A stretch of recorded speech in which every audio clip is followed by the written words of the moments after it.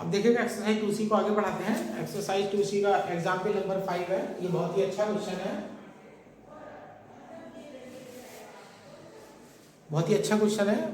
ये क्वेश्चन कभी 12th class में भी पढ़ाया जाता था, तो ये बहुत ही ज़्यादा इंपॉर्टेंट क्वेश्चन था। 12th में भी, यहाँ भी इंपॉर्टेंट है। ये 2015 में लॉन्ग बना था।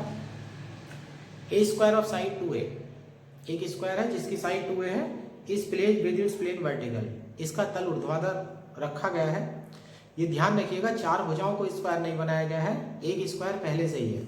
यानी कि ऐसे समझिएगा जैसे लकड़ी का बोर्ड होता है, लकड़ी के बोर्ड का एक स्क्वायर बनाइएगा और उसे वर्टिकल प्लेन में खड़ा कर दीजिएगा। बिटवीन टू स्मूथ पेज, दो खुट्टियों के बीच में खुट्टियां आ चुकी हैं, तो ये हमारी फिक्स पॉइंट्स हो जाएंगे। Which are in the same horizontal line, दोनों खुट्टे एक ही क्षैतिज रेखा में होनी चाहिए। At a distance c apart, दोनों खुट्टों के बीच की दूरी जो है वो c है। Show that it will be in equilibrium when the inclination of one of its edge to the horizon is. और सिद्ध कीजिए कि जब साम्यावस्था स्थापित हो जाएगी तो स्क्वायर की किसी एक भुजा का बनने वाला जो एंगल होगा क्षैतिज से, या तो वो π/4 होगा या 1/2 sine inverse a square minus c square upon c square होगा। डायग्राम इसका जरा थोड़ा सा ध्यान से बनाना है आपको। ये देखिएगा, एक स्क्वायर बनाना है। स्क्वायर को वर्टिकल करके, स्क्वायर का जो डायगोनल है वो वर्टिकल करके मत बना देना, क्योंकि फिर जो है वो हॉरिजॉन्टल से बनने वाला साइड का जो एंगल है वो 45 हो जाएगा, जबकि एक वैल्यू 45 भी है, दूसरी वैल्यू हमें निकालनी है। तो स्क्वायर आप समझ लीजिएगा, जैसे स्क्वायर आप खड़ा करके रखते हैं तो उसे थोड़ा सा तिरछा कर दीजिएगा, यानी कि ऐसे देखिएगा।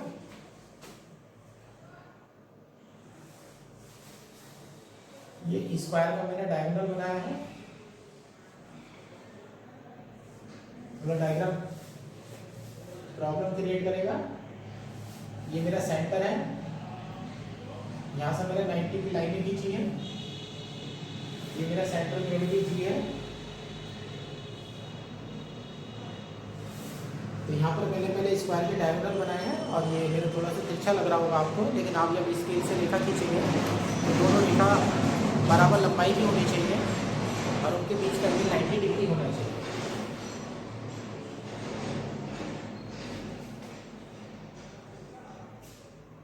देखिएगा, लगभग जो है मैंने 90 डिग्री जो है बना दिया है, और साइड भी थोड़ी सी बराबर हो गई है। यहाँ थोड़ी सी बाहर कर देता हूँ। ये अब ये साइड बन रही है। नाम जो है मैं बुक वाली ही रखूंगा।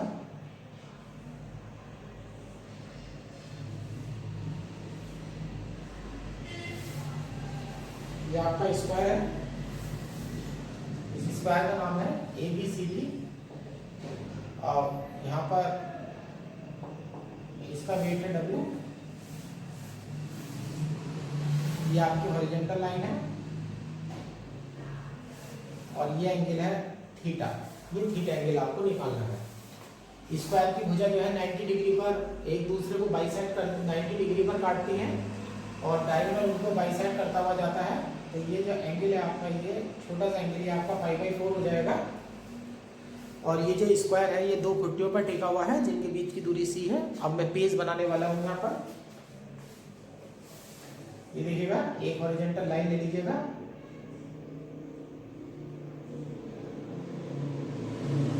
ये हॉरिजॉन्टल लाइन है, एक पेज यहाँ पर P है, एक पेज यहाँ पर Q है। अब आपने देखा पेज PQ बन चुकी है, इनके बीच की दूरी c है। ये c, चलो c बाद में लिख देंगे, थ्योरी में लिखी जाएगी। अब आपको पता ही है, क्वेश्चन में अब तक आप सीख चुके हैं, जिन क्वेश्चंस में पेज होती है, जिन क्वेश्चंस में पेज होती है वो फिक्स पॉइंट होते हैं, तो डिस्टेंस जो है वहीं से नापी जानी चाहिए।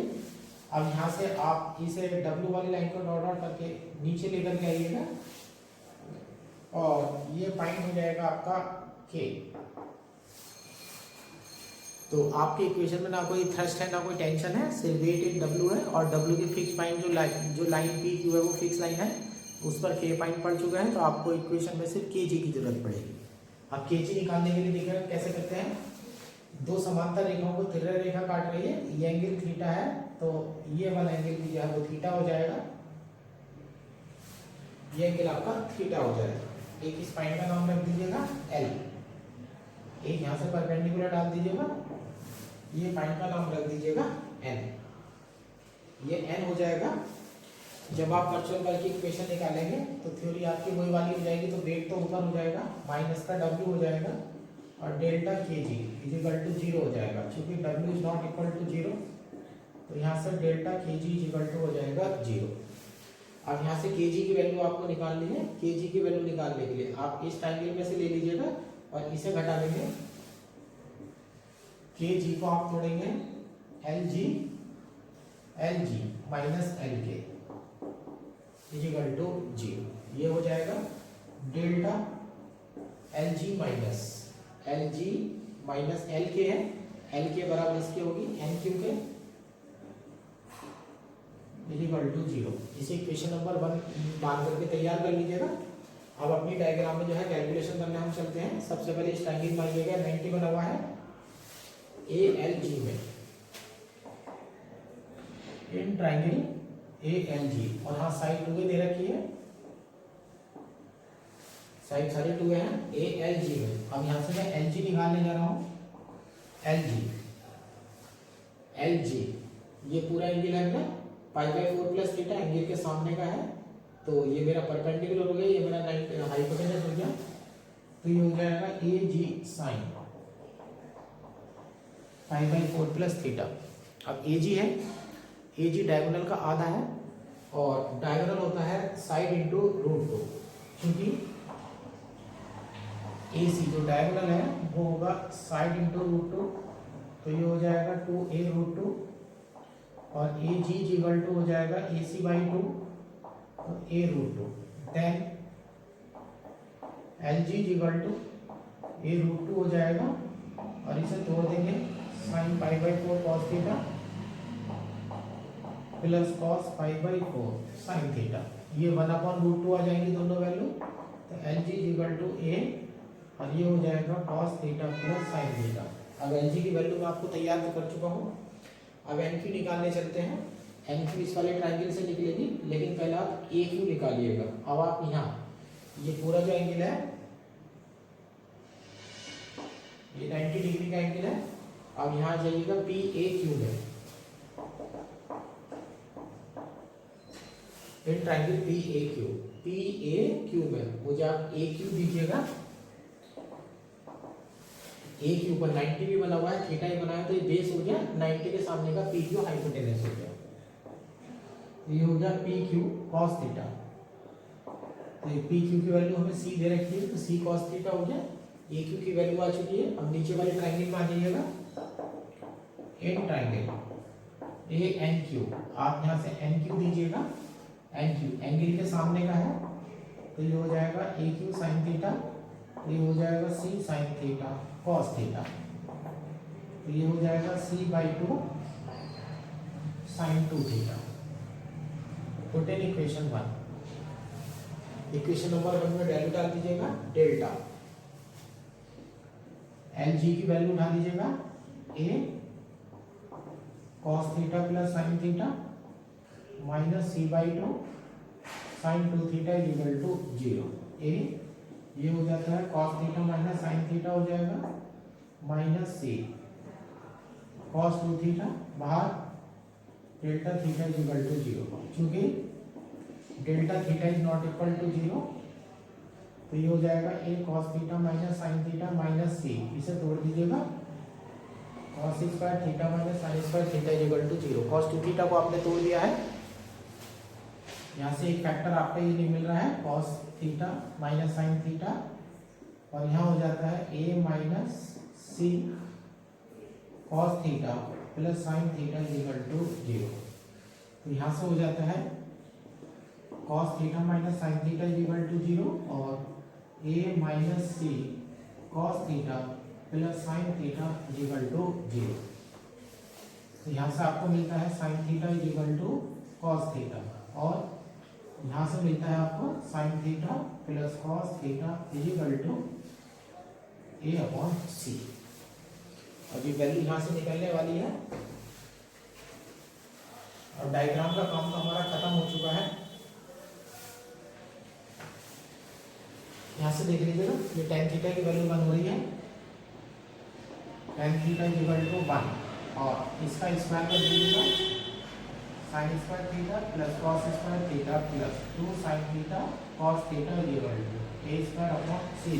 इसका स्क्वायर कर दिया है तो यहाँ से theta is equal to pi by 4 और 1 plus sine 2 theta is equal to A square upon C square. Theta is equal to pi by 4 और sign 2 theta is equal to A square minus C square upon C square.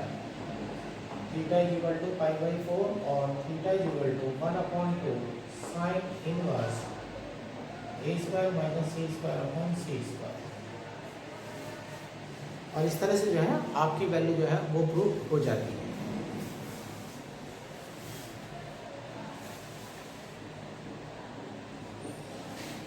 Example number 6 पर चलते हैं। ये अभी तक आया हुआ तो नहीं है, लेकिन ये भी बहुत अच्छा सवाल है। ए सॉलिड हेमीस्फीयर, एक ठोस आधा गोला, ठोस आधा गोला है, तो ठोस आधे गोले में मुझे सेंटर ऑफ ग्रेविटी इस्तेमाल करनी पड़ेगी। सीजी वाला चैप्टर पढ़ाया जा चुका है। जो सेंटर ऑफ ग्रेविटी होती है ठोस आधे गोले की, वो त्रिज्या के 3/8 पर होती है और आधार के केंद्र से is supported by a string. उसे एक स्ट्रिंग से सपोर्ट दी गई है, fix to a point on its rim. और जो वो धागा बांधा गया है वो आधार की परिधि पर बांधा गया है। End to a point on a smooth vertical wall. अब एक सिरा तो जो है अर्ध गोले की आधार की परिधि पर बंध गया, दूसरा सिरा जो है वो एक दीवार से बंधा हुआ है। With which the cut surface of hemisphere is in contact. अब ये जो बात लिखी गई है, इस बात का यहाँ पर बहुत मतलब है, बहुत स्पेशल है ये। With which the curved surface of the hemisphere is in contact. और जिस दीवार से धागा बांध करके आओगे उस दीवार के साथ अर्ध गोले का वक्र पृष्ठ कर्व्ड सरफेस कांटेक्ट में होनी चाहिए। इस बात का एक क्वेश्चन में बहुत इंपॉर्टेंट रोल आएगा, वो जब आप देखेंगे जब इसमें दो एंगल का रिलेशन निकलेगा। If theta comma phi are the inclination of spring and the plane base of the hemisphere to the vertical. जो धागा वर्टिकल के साथ थीटा एंगल बनाता है, जो धागा है वर्टिकल के साथ थीटा एंगल बनाता है, और जो आपके अर्ध गोले का प्लेन बेस है वो वर्टिकल के साथ फाई एंगल बनाता है। Prove that tan phi is equal to 3/8 plus tan theta. ये जो आंसर में 3/8 आया है ये सेंट्रल ग्रेविटी की वजह से है। डायग्राम इसका थोड़ा सा ध्यान से बनाइएगा, डायग्राम थोड़ा सा प्रॉब्लम क्रिएट करेगा इसका। तो देखिएगा, पहला आप कोशिश करिएगा तिरछा बॉल बनाने की।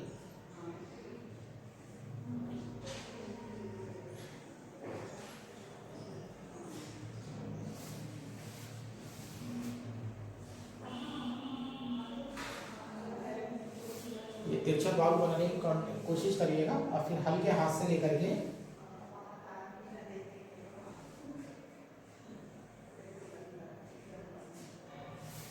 हेमीस्फीयर बना लीजिएगा।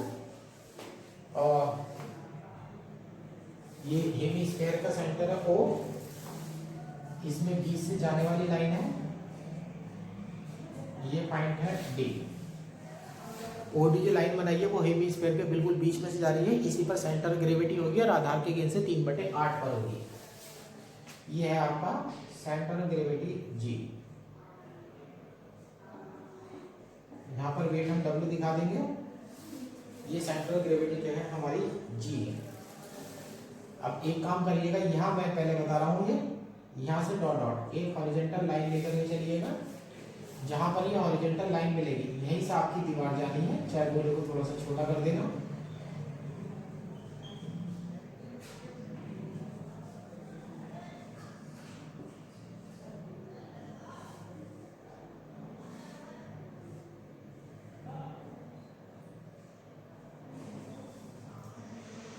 ये एंगल 90 है और मान लेते हैं ये पॉइंट है L। ये ध्यान रखिएगा, इस पॉइंट का क्यों विशेष महत्व है। क्वेश्चन में हमसे कहा गया है कि गोले की कर्व सरफेस जो है वो दीवार के साथ कांटेक्ट में है।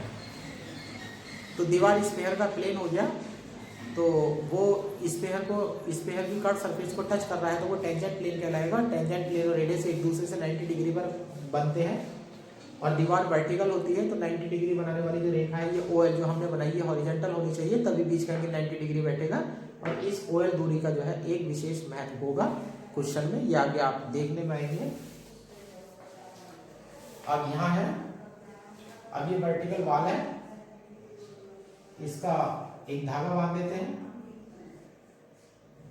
ये धागा बांधा है मैंने, इस धागे का वर्टिकल से बनने वाला एंगल थीटा है और मान लेते हैं इसकी जो लंबाई है वो L है और ये A पॉइंट है, ये मेरा B पॉइंट है। वो सामने आप देख रहे हैं, ये ऊपर वाला जो पॉइंट है इसका नाम मैं C दे देता हूँ। एक परपेंडिकुलर यहाँ से डाल दीजिएगा, ये M हो जाता है। एक A से परपेंडिकुलर डालिएगा, ये 90 हो गया। ये सपोज कर लीजिएगा पॉइंट आपका L है। एक परपेंडिकुलर यहाँ से डालिएगा, छोटा सा ट्राइंगल बनेगा, मान लीजिएगा पॉइंट जो है वो K है। अब एंगल फाई, जो प्लेन बेस है उसका वर्टिकल के साथ एंगल बनने वाला फाई है। ये आपका ये वर्टिकल है, ये प्लेन बेस का हो गया। ये बनने वाला जो एंगल है फाई है और इसकी रेडियस हम A मान लेंगे। इसकी रेडियस हम A मान लेंगे। और जब हम आप थ्योरी आप बुक वाली उठा लीजिएगा, मैं यहाँ पर मेरे लिए आपको कैलकुलेशन सिखा रहा हूँ।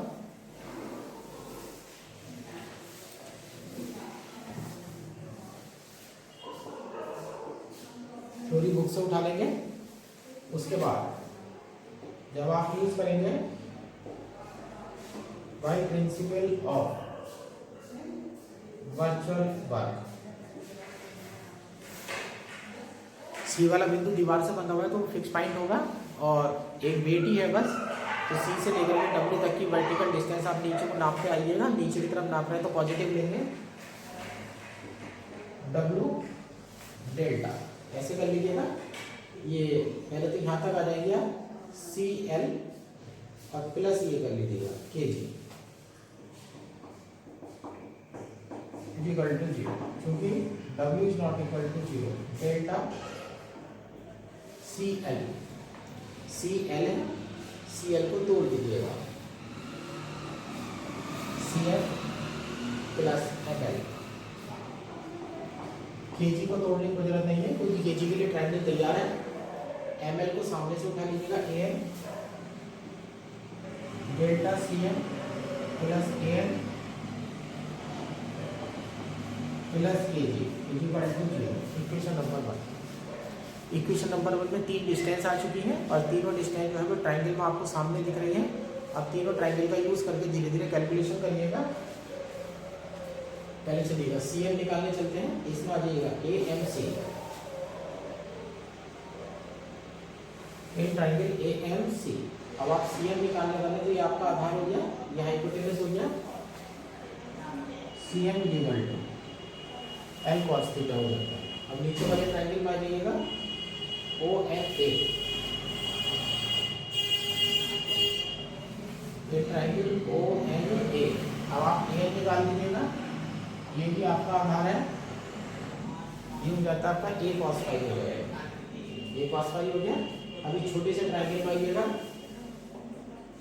इन ट्रायंगल ओ के जी, ओ के जी में देखिएगा आप के जी निकालने जा रहे हैं, के जी। अब यहाँ पर जरा एंगल देख लीजिएगा, ये फाई है, ये 90 है, ये 90 माइनस फाई है तो पूरा 90 हो जाएगा। तो ये छोटा सा जो एंगल है, ये जगह नहीं बची है लिखने की, ये फाई है। फाई के सामने का आप निकालना है तो ये परपेंडिकुलर हो गया, 90 के सामने का आपका हाइपोटेनस हो गया ओ जी और साइन फाई। ये जो वैल्यू है आपकी ओ जी साइन फाई हो जाती है। अब ओ जी साइन फाई इक्वल टू हो जाएगा 3/8 साइन फाई, क्योंकि ओ जी इक्वल टू 3/8 है। ये हमारा सेंटर ऑफ ग्रेविटी वाले चैप्टर से फार्मूला आउट करके आया है। जब सेंटर ऑफ ग्रेविटी मैंने पढ़ाई थी तभी मैंने कह दिया था कि ब्रैकेट में जहाँ जहाँ लिखा था मैंने फार्मूला, तो जहाँ जहाँ मैंने फार्मूले लिखे थे इसका मतलब यह है कि वो चीज़ें 12th क्लास में भी पढ़ाई जाती थी और आपको फार्मूले की तरह से वो चीज़ें याद होनी चाहिए। उसमें से देखिएगा एक यूज हो चुकी है बाई इक्वेशन 1। इक्वेशन नंबर 1 में आ जाइएगा, डेल्टा सी एम की वैल्यू देखिएगा, डिफरेंशिएशन कर दीजिएगा minus L sine theta delta A N का डिफरेंशिएशन कर दीजिएगा minus A sine phi delta phi. K G का डिफरेंशिएशन कर दीजिएगा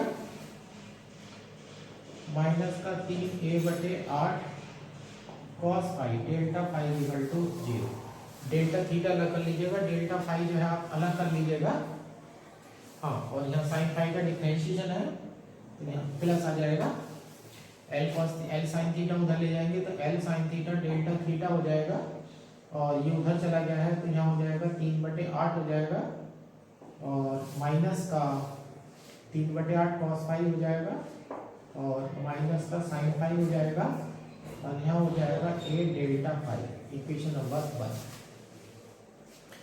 अभी लास्ट के क्वेश्चंस में आपने देखा था कि अगर दो एंगल आपके क्वेश्चन में चल रहे होते हैं तो आपको एक ऐसी साइड चाहिए जो थीटा और फाई दोनों में निकाली जा सके।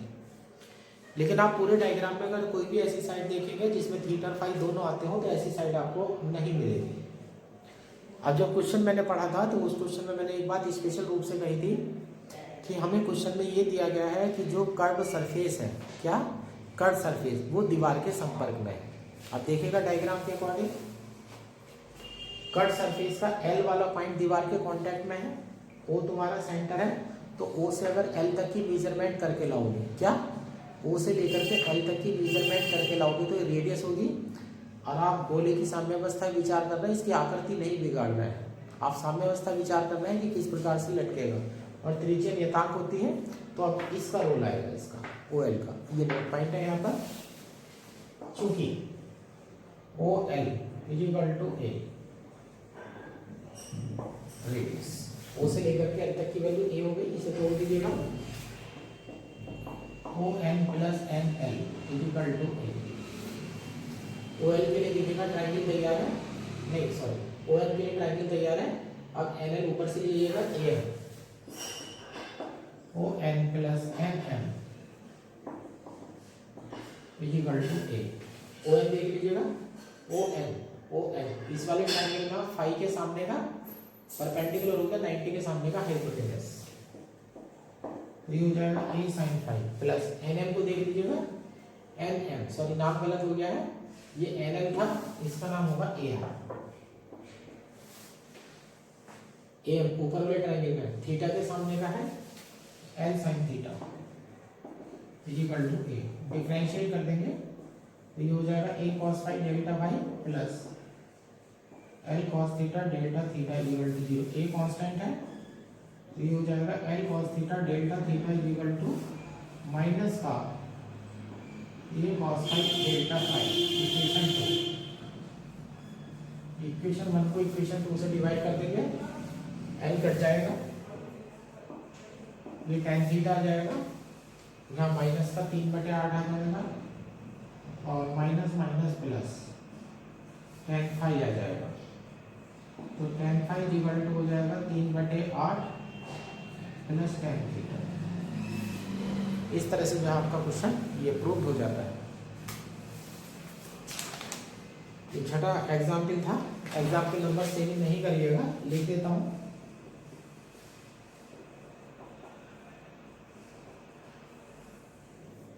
Example number 7, do not need.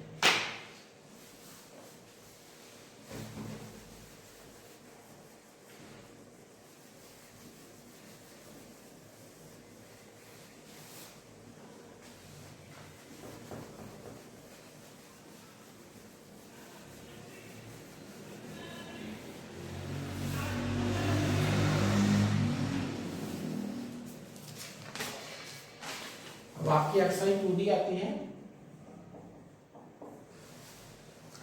Exercise 2D कोई स्पेशल एक्सरसाइज नहीं है, जो पीछे वाले क्वेश्चन है वही होंगे, और कोई ऐसी इंपॉर्टेंट एक्सरसाइज नहीं है।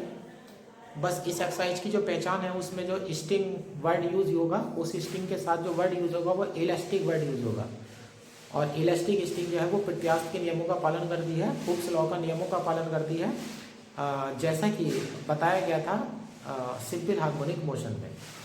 तो आप ये लिख देंगे Hooke's law for elastic sting. Elastic sting के लिए जो हुक्स लॉ होता है, ये फार्मूला होता है T equal to lambda L minus A upon A. Lambda है modulus of elasticity L, extended length A, natural length. Lambda प्रत्यास्थता गुणांक है, स्मॉल एल एक्सटेंडेड लंबाई है। जब प्रत्यास्थ स्ट्रिंग यानी कि इलास्टिक स्ट्रिंग खींचती है तो उसकी लंबाई बढ़ जाती है, तो बढ़ी हुई लंबाई आप एल लेंगे। यानी कि इलास्टिक स्ट्रिंग जो डायग्राम में आप बनाएंगे उसकी जो लंबाई होगी वो खींचने के बाद आएगी, और स्मॉल ए जो है वो ओरिजिनल लंबाई होगी, वो होगी जो आपको क्वेश्चन में दी जाएगी। ये एक्सरसाइज 2D का पहला क्वेश्चन है।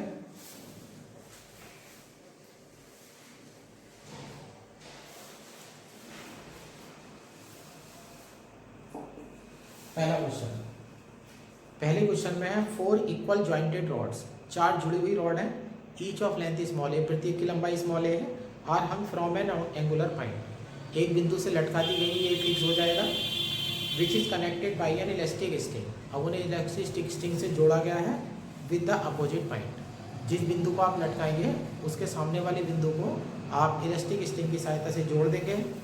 If the rods hang in the form of a square, जो रॉड्स है वो स्क्वायर बना रही है, and if the modulus of elasticity of the string be equal to the weight of rod, प्रत्यास्थता गुणांक रॉड के भार के बराबर है, be equal to the weight of the rod, एक रॉड के भार के बराबर है, so that the unstretched length of the string is a√2/3। तो सिद्ध करके दिखाना है कि जो स्ट्रिंग की बिना खींची लंबाई होगी, नेचुरल लंबाई जो होगी वो a√2/3 होगी। अब आप एक स्क्वायर को जो है एक कोने से लटका दीजिएगा,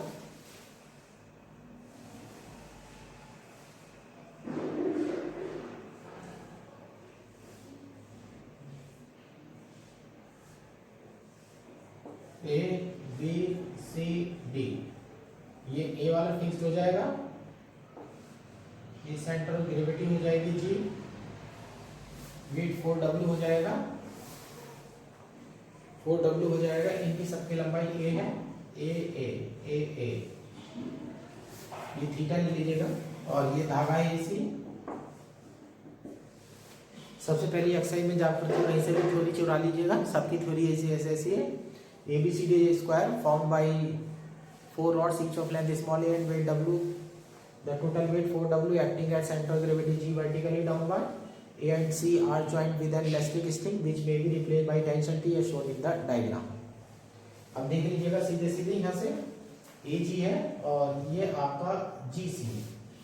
अब आपको सीधे सीधे कुछ नहीं करना है, यहाँ पर आप ऐसे कर लीजिएगा, इसे थीटा भी मत मानिएगा, स्क्वायर की तो प्रॉपर्टी है, आप ऐसे मान लीजिएगा, let AG equal to x, तो AC इक्वल टू 2x।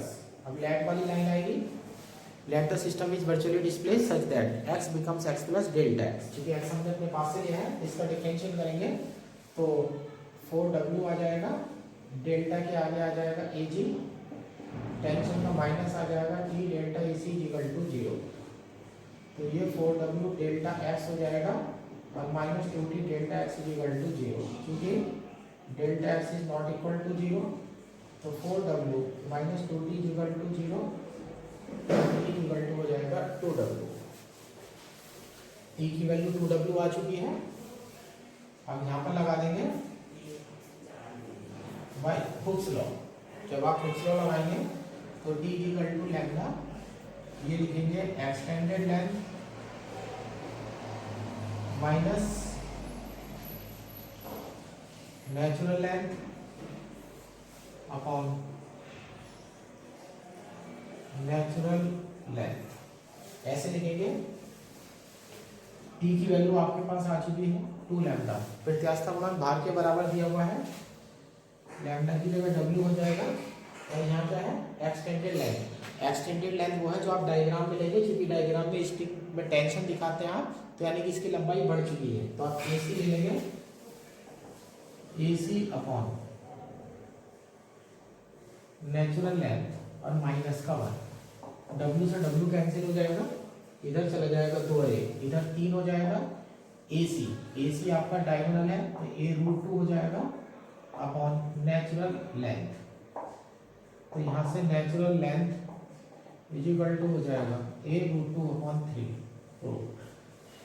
और इस तरह से आपका जो रिजल्ट है वो प्रूव हो जाता है।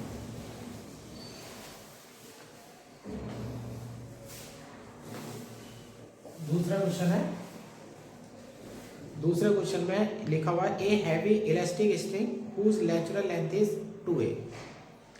एक इलास्टिक स्ट्रिंग है जिसकी नेचुरल लंबाई जो है वो 2 है। ये किताब में गलत है, नेचुरल लेंथ को 2a की जगह ये कर देना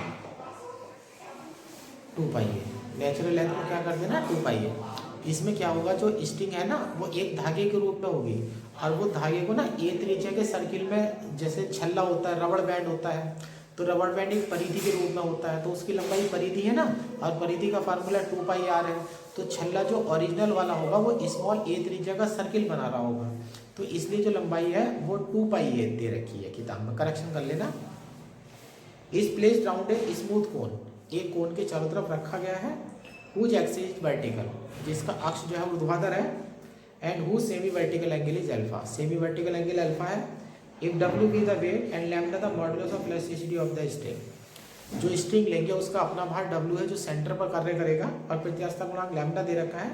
prove that it will be in equilibrium when in the form of a circle, जब वो साम्यावस्था में होगी तो वो एक सर्किल बनाएगी, और सर्किल बनाएगी whose radius is A 1 plus W cot alpha upon 2 pi lambda. अच्छा क्वेश्चन है। आप इसमें क्या करेंगे, क्वेश्चन नंबर 2 के लिए डू एग्जाम्पल 2, इसी एक्सरसाइज का एग्जाम्पल नंबर 2 करेंगे, तो उसमें जो आपका आंसर आएगा वो W equal to 2 cot alpha upon 2 pi आएगा। ये एग्जाम्पल नंबर 2 कर लेंगे, उसमें कोई सिंपल नहीं है, 2 लाइन का थ्योरी के अलावा 2 लाइन कैलकुलेशन किया है इसमें केवल। तो T equal to W cot alpha upon 2 pi है, और आपसे जो पूछा गया है वो पूछा गया है कि well in the form of a circle of radius as, जब इक्विलिब्रियम होगा तो वो जो बनाएगा उस सर्किल की रेडियस जो है वो कितनी होगी। अब ऐसे ले लेते हैं इसमें, ये by Hooke's law, T equal to lambda n minus A upon A original, T की value W cot alpha upon 2 pi है, लैम्डा अपनी जगह है L, खिंची हुई लंबाई है। खिंची हुई लंबाई वो होती है जो डायग्राम में आप ले रहे होते हैं, बुक वाले ने डायग्राम में जो छल्ले की त्रिज्या ले रखी है वो r ले रखी है, तो परिधि 2 पाई आर हो जाएगी।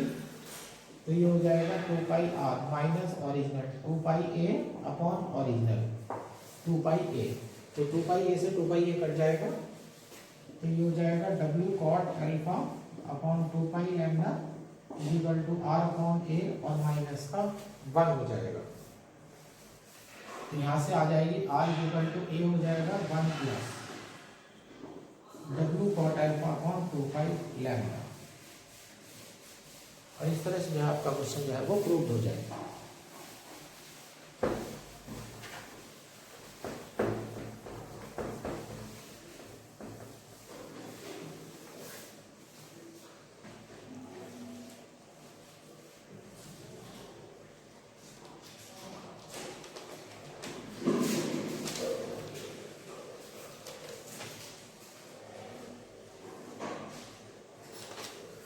पहले आप चौथा क्वेश्चन देखिएगा, फोर्थ क्वेश्चन पहले देख लीजिएगा। फोर्थ क्वेश्चन में है a heavy elastic circular rod of natural length 2 pi है, एक वृत्ताकार रॉड है जिसकी असली लंबाई 2 पाई है, weight capital W is placed round a smooth circular cone in symmetrical position, एक कोन के चारों तरफ वो सिमेट्रिकल पोजीशन में रख दी जाती है, whose axis is vertical and semi vertical angle is 45। अब आपको कुछ नहीं करना है, जो चौथा क्वेश्चन है दो क्वेश्चन को at put alpha equal to 45 degree, जो क्वेश्चन नंबर 2 है वही क्वेश्चन नंबर 4 है, वही एग्जाम्पल नंबर 2 है। टेंशन निकालते हैं तो एग्जाम्पल नंबर 2 हो जाता है, ओरिजिनल लेंथ निकालते हैं तो क्वेश्चन नंबर 2 हो जाता है, और अल्फा की जगह 45 डिग्री यानी कि सेमी वर्टिकल एंगल 45 डिग्री डाल देते हैं तो आपका क्वेश्चन नंबर 4 हो जाता है। अब आते हैं थर्ड क्वेश्चन में, a smooth cone of weight W stand inverted, एक शंकु है जिसका भार W है और वो उल्टा खड़ा है इन ए सर्कुलर होल, एक सर्कुलर होल में उल्टा खड़ा है। ऐसा समझ लीजिएगा मेज है बीच में कोई छेद है, सर्कुलर छेद है, उसमें से गिलास फंसा देते हैं, इस तरह की पोजीशन है विद इट्स एक्सिस वर्टिकल। उसका ऊर्ध्वाधर है। A string is wrapped twice round the cone just above the hole and pull tight. यहाँ विशेष रूप से ध्यान दीजिएगा, a string is wrapped twice, एक धागे को 2 बार लपेटा जाता है राउंड द कोन, कोन के चारों तरफ, जस्ट अबव द होल, छेद के ठीक ऊपर, एंड पुल्ड टाइट, और उसे खींच दिया जाता है। What must be the tension in the sting, sting में टेंशन कितनी होनी चाहिए, so that it will just raise the cone, कि वो कोन को हटा सके। यहाँ हुक्स लॉ का कोई रोल नहीं है, क्योंकि इलास्टिक कोन से पहले इलास्टिक वर्ड नहीं आया। देख लीजिएगा पोजीशन कुछ इस तरह से, ये आपका कोन है,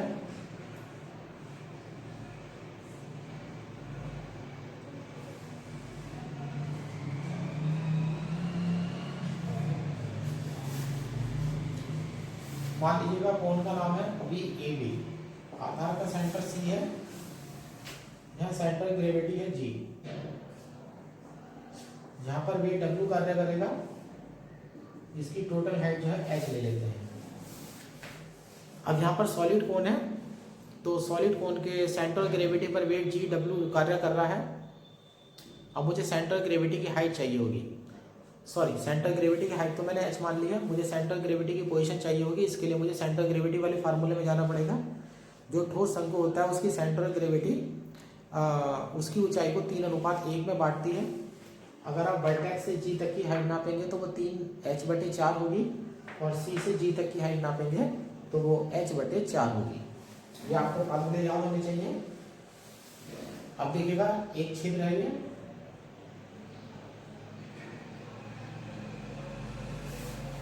मान लीजिएगा इसका सेंटर O है, ये LM है। अब स्टिंग और सेमी वर्टिकल एंगल हमारा अल्फा है, और इसमें टेंशन दिखा दीजिएगा अंदर की तरफ को, टेंशन सर्कुलर बैंड की जो है टेंशन आपने दिखा दी है, सर्कुलर बैंड की जो है टेंशन आपने दिखा दी है। अब इसकी थ्योरी ध्यान से सुन लीजिएगा, मैं बोल रहा हूँ, लिखने में टाइम लगेगा। कैलकुलेशन तो इसकी मात्र 2 लाइन की है। अब आप इसकी थ्योरी सुन लीजिएगा। थ्योरी में आप इसके लिखेंगे, let B is the vertex, बल्कि ऐसे लिख लीजिएगा, let B A B is a cone of height h and semi vertical angle alpha, its weight W acting at center of gravity G vertically downward, और इसके radius में R डाल देता हूं। फिर आप लिखेंगे late LM is circular hole of radius small r, let LM is a circular hole of radius small r। अब ये समझ लीजिएगा ये होल मेज में है ना, तो मेज जहाँ भी होगी वो फिक्स होगी, तो ये सर्कुलर होल फिक्स होगा, LM मेरा फिक्स होगा, तो O मेरे लिए फिक्स पॉइंट का काम करेगा। तो मैं ऊपर की तरफ हाइट नापूंगा तो मुझे O से लेकर के G तक की हाइट चाहिए होगी। फिर आप लिख देंगे since LM is a fix line so distances will be measured from LM vertically upward. फिर ये वाली वैल्यू लिख देंगे आप, फिर उसमें ये लिख देते हैं आप। अब एक स्टिंग की बात करिएगा जो बुक में कहा गया, और ये ध्यान रखिएगा स्टिंग को लिखा गया है रैप्ड ट्वाइस, 2 बार लपेटी गई है। फिर आप लिखेंगे a string is wrapped, WRAPPED, a string is wrapped twice around the cone just above the hole, hole के ठीक ऊपर, छेद के ठीक ऊपर, just above the hole and pulled tight. और जब इसे टाइट करके आप बांधेंगे, तो जब आप इसे धागे को फुल टाइट करके बांधेंगे तो जो धागे की त्रिज्या होगी और वो छेद की त्रिज्या है वो लगभग बराबर हो जाएगी। फिर आप अगली सेंटेंस में लिखेंगे in this case the radius of circular string will also be, BEB मतलब होना, will also be R, full stop. यानी कि जब आप धागे को टाइट करके बांधते हैं तो जो आपने स्ट्रिंग 2 बार लपेट करके रखी है और ध्यान रखिएगा 2 बार लपेट रहे हैं तो उसकी लंबाई जो है 2 बार परिधि ग्रहण करेगी तो उसकी लंबाई 4πr हो जाएगी। एक बार अगर लपेटते हैं तो 2πr हो जाएगी और 2 बार लपेटते हैं तो 4πr हो जाती है यहाँ से। फिर आप ये वैल्यू लिख देंगे इसमें। फिर आप अगली लाइन में लिख देंगे let the string may be replace by tension T as shown in the diagram, full stop. यहाँ पर आपको आर का डिफरेंशिएशन करना है। फिर आप लिखेंगे let the system is virtually displace such that R becomes R plus delta full stop by principle of virtual work. आप देखिएगा भार ऊपर है तो जब वर्चुअल वर्क की इक्वेशन बनाने जाएंगे तो आप डेल्टा यहाँ डेल्टा के साथ ओजी डाल देंगे, टेंशन है तो माइनस टी, डेल्टा इसकी लंबाई डालेंगे 4πr/0 डब्ल्यू डेल्टा। ओजी अगर आपको नापना है तो आप वीजी में से वीओ घटा दीजिएगा, माइनस हो जाता है 4π/डेल्टा/0 डब्ल्यू डेल्टा वीजी। आप देखिएगा वीजी है ये हाइट का 3/4 होगा, 3h/4 होगा माइनस वीओ। अब वीओ को डायग्राम में देख लीजिएगा, यहाँ पर वीओ ये आर है परपेंडिकुलर, आप आधार निकालने वाले हैं तो ये हो जाएगा R cot alpha minus 4πt delta r/0। अब जब डिफरेंशिएशन करेंगे तो h कांस्टेंट का काम करेगा तो ये हो जाएगा माइनस का w cot alpha delta r minus 4πt delta r/0, delta r/0 minus हो जाएगा। और यहाँ साइन मेरा एक गलत हो गया है, वेट ऊपर है फिक्स पॉइंट नीचे, तो यहाँ माइनस लगेगा, यहाँ माइनस लगेगा, यहाँ माइनस लगेगा, माइनस माइनस प्लस हो जाएगा। चूंकि delta r is not equal to 0 तो यहाँ से t इक्वल टू हो जाएगा w कॉट अल्फा अपॉन 4π। इस तरह से आपका क्वेश्चन जो है वो कंप्लीट हो जाता है। आज एक्सरसाइज में कम ही क्वेश्चन थे, 4 क्वेश्चन है, ये चारों हो चुके हैं। 3 एग्जाम्पल है, तीनों एग्जाम्पल में आपको कोई दिक्कत नहीं होगी, अब आप इसे आसानी से कर सकते हैं। आज की एक्सरसाइज जो है एक ही वीडियो में फिनिश हो जाती है। अभी एक लास्ट एक्सरसाइज इसमें और बची है और ये मान करके चलेगा 2 वीडियो और बनेगी जिसमें हमारी एक्सरसाइज जो है वो कंप्लीट हो जाएगी। आने वाली एक्सरसाइज में एग्जाम्पल ही मेन है, बाकी क्वेश्चन में तो कोई ढंग का क्वेश्चन हमारे पास नहीं है इसमें।